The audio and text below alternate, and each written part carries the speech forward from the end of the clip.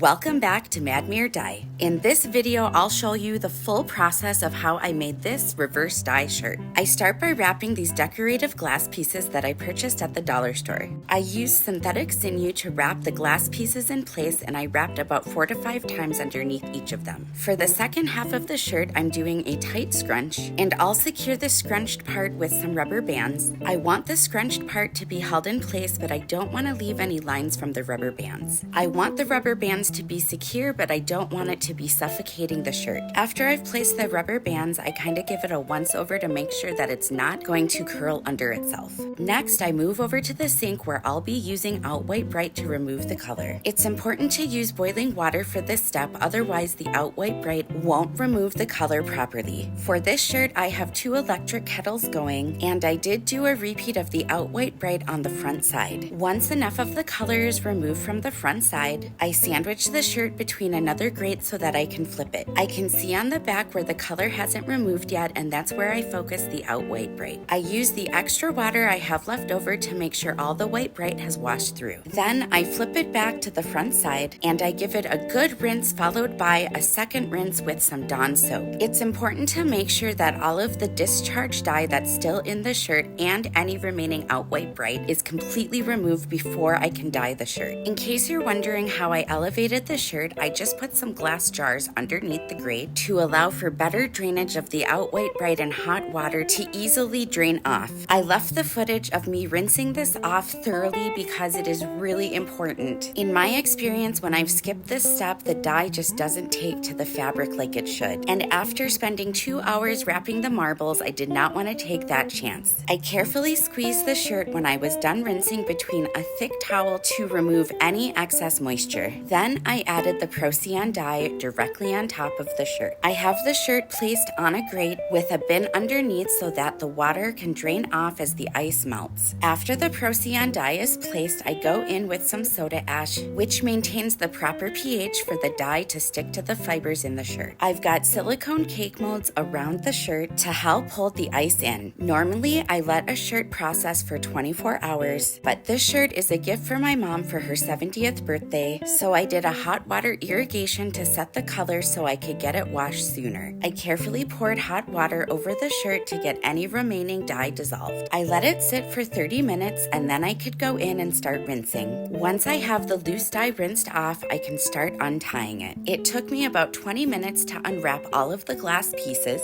and once it was completely unwrapped, I gently went across each of the circles and pulled it in all 4 directions to prevent any puckering from where the shirt was wrapped. This step did take a few extra minutes, but it will save me so much time when it comes to ironing and steaming the shirt. I did give it one last rinse, and then I put it in the washer with a textile detergent to remove any loose dye that I couldn't rinse out in the sink. And here's how it turned out. Thanks for watching, and make sure to hit that subscribe so you don't miss any tie-dye adventures.